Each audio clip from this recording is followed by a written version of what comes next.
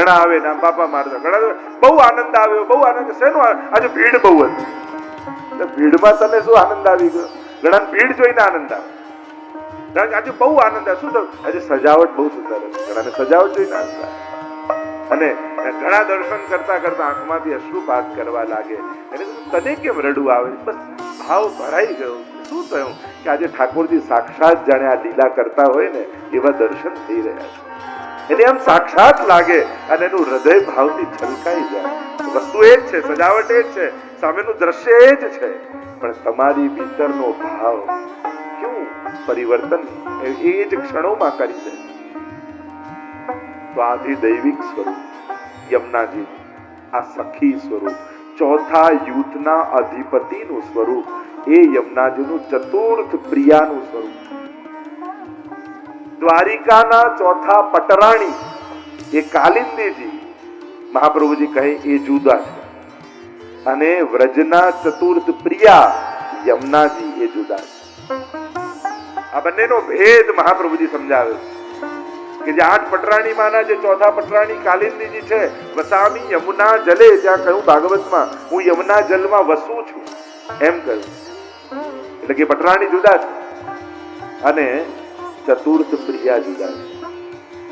આપણે જેની ગુણ ગાથા ગાઈ રહ્યા છીએ એ ચતુર્થ પ્રિયાની ગુણ ગાથા ગાઈ રહ્યા છીએ. એ ચતુર્થ પ્રિયાજી કોણ છે?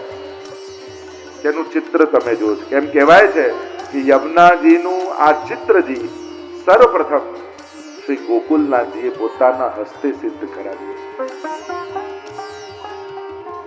પોતાના હસ્તે સિદ્ધ કરાવ્યું. અને એ જ ગોકુલનાથ, એટલે જ આપણે ત્યાં ગોપાલલાલજીના વચનામાં તો શ્રી રાયજી રાયજી કેટલી વાર વચન આવે છે, અને વિઠ્ઠલેશ રાયજી ગોકુલનાથજીના દ્વિતીય લાલજીનો ઉલ્લેખ આવે કે નિત્ય ગોપાલલાલજીના વચનામૃતનું શ્રવણ કરવા માટે રાયજી એટલા ઉત્સુક રહેતા, વિઠ્ઠલ રાયજી, કે જ્યારે પણ આપ વચનામૃત કરતા તો આપ આવીને બિરાજી જતા. એટલે વિશેષ એ ગોકુલનાથજીની પ્રીતિ બતાવે, એમના પ્રત્યે એની આત્મીયતા બતાવે. તો એ ગોકુલનાથજીએ પોતાના શ્રી હસ્તે શ્રી યમુનાજીના આ આધિ દૈવિક સ્વરૂપ મુકુટ કાચનીના શ્રૃંગાર વાળા યમુનાજીનું ચિત્ર પોતાના હસ્તે સિદ્ધ કરાવ્યું. હવે જયારે વૈષ્ણવ વિનંતી કરી કે જયરાજ આપ યમુનાજીના આટલા ગુણગાન કરો છો, અમને વારે ઘડીએ આજ્ઞા કરો છો યમુનાષ્ટક આદિની, તો એ યમુનાજીનું આપ જે સ્વરૂપનું ચિંતન કરો છો એ સ્વરૂપના અમને દર્શન કરાવો. જ્યારે આવી વિનંતી નિજ સેવકોએ કરી ત્યારે ગોકુલનાથજીએ પોતાના શ્રી હસ્તથી ચિત્ર નિર્મિત કરી અને પહેલું યમુનાજીના આદિ દૈવિક સ્વરૂપનું આ ચિત્ર પ્રગટ કર્યું. અને ત્યારથી આપણા માર્ગમાં આ મુકુટ કાચની વાળા યમુનાજીના ચિત્રનો ભાવ સેવન અને દર્શન કરવામાં. આ સ્વરૂપની અનેક ભાવનાઓ બતાવી. જો યમુનાજીના સ્વરૂપની થોડી ચિંતન કરીએ તો 2 પ્રકારના શૃંગાર, સ્વરૂપ અને વસ્ત્રની ભાવના આવે. એક છે સખી રૂપ યમુનાજી અને બીજા છે પ્રભુ રૂપ યમુનાજી. આજે મુકુટ કાચનીના શૃંગાર છે એ કોઈ સખીના નથી, એ રાસમાં ઠાકોરજીના વસ્ત્ર શૃંગાર છે. મુકુટ એટલે મસ્તક પર ધર્યો એ ને, કાચની ઠાકોરજી રાસમાં મુકુટ કાચની જે વસ્ત્ર પહેર્યું છે ને એને કહેવાય કાચની. મહારાસ સમયે ઠાકોરજી આ વસ્ત્ર શૃંગાર ધરે છે.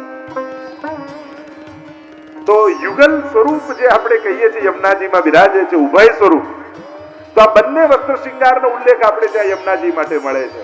જે ચિત્રજી આપણે મુકુટ કાચની જોઈએ ઠાકોરજીના રાસના વસ્ત્ર શૃંગાર, અને બીજા જે યમુનાજીની આરતીમાં આપણે ગાઈએ, રાસમાં ગોપીજનો શણગાર સજી અને જેમ રાસ માટે દોડી રહ્યા હોય એમ યમુનાજી પણ ચુંદડીના ચણિયા ચોળી ધારણ કરે અને 16 શણગાર ને 12 આભરણ. 16 શણગાર છે અને 12 આભરણ છે.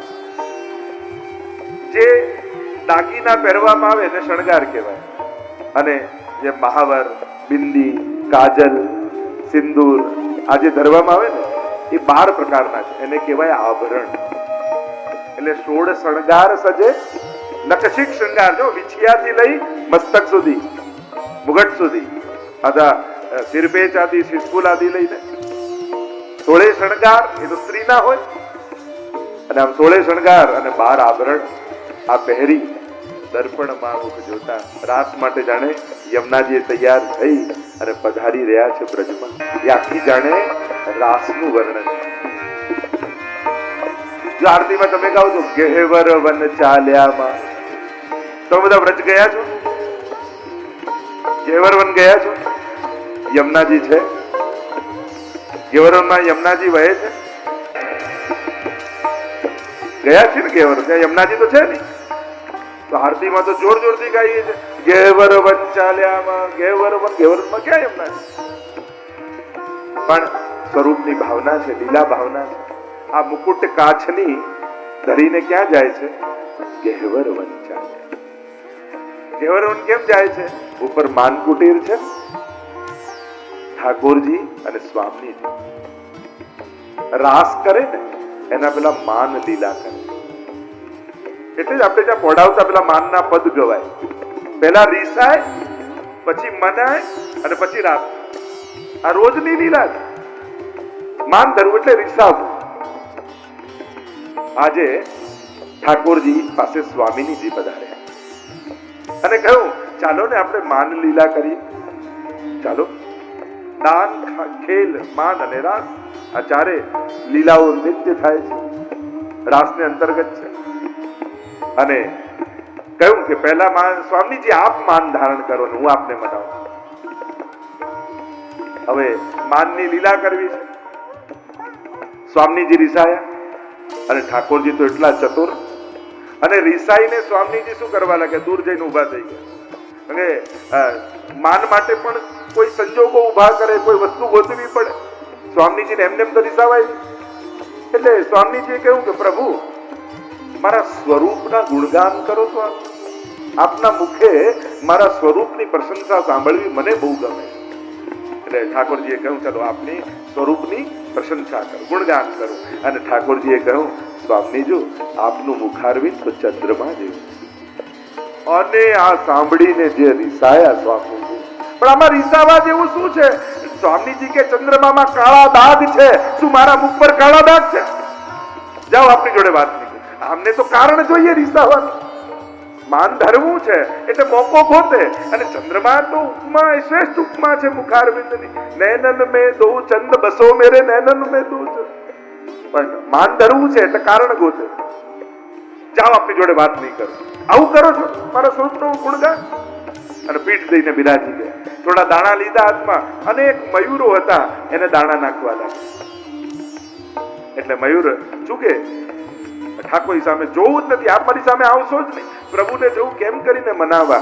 ઠાકોરજીએ મોરનું રૂપ ધારણ કર્યું. તમે ગહેવરનમાં ઉપર જાઓ ને તો મોર કુટીર છે, અને મોરનું રૂપ ધારણ કર્યું. ધીમે ધીમે ધીમે પગલા લઈને આવે અને ઠાકોરજીના સ્વામીજીના હાથમાંથી દાણો ચૂકે અને પંખ ફેલાવીને ચમચમ ચમચમ ચમચમ કરીને એવા નાચે, એવા સુંદર નૃત્ય કરે. સ્વામીજીને થયું કે બધા મોર તો બરાબર છે, પણ આ બહુ સુંદર મોર છે. કેવું સુંદર પાંખો ફેલાવીને નાચે છે. હવે મારી નિકટ આવશે તો આને પકડી લઈશ. એટલે ફરી સ્વામીજી દાણા ઠાકોરજી મોર રૂપે હતા એની સામે કર્યા. લો આવ આવ આવ આવ આવ. અને ઠાકોરજી પગલા ભરતા ભરતા ભરતા ભરતા ભરતા જ્યાં સ્વામીજીના હસ્તમાંથી દાણો લેવા જાય ત્યાં સ્વામીજીએ પકડ્યા, અને જ્યાં પકડ્યા બાથમાં આવ્યા ત્યાં જ પ્રભુ મૂળ સ્વરૂપે પ્રગટ થઈ ગયા.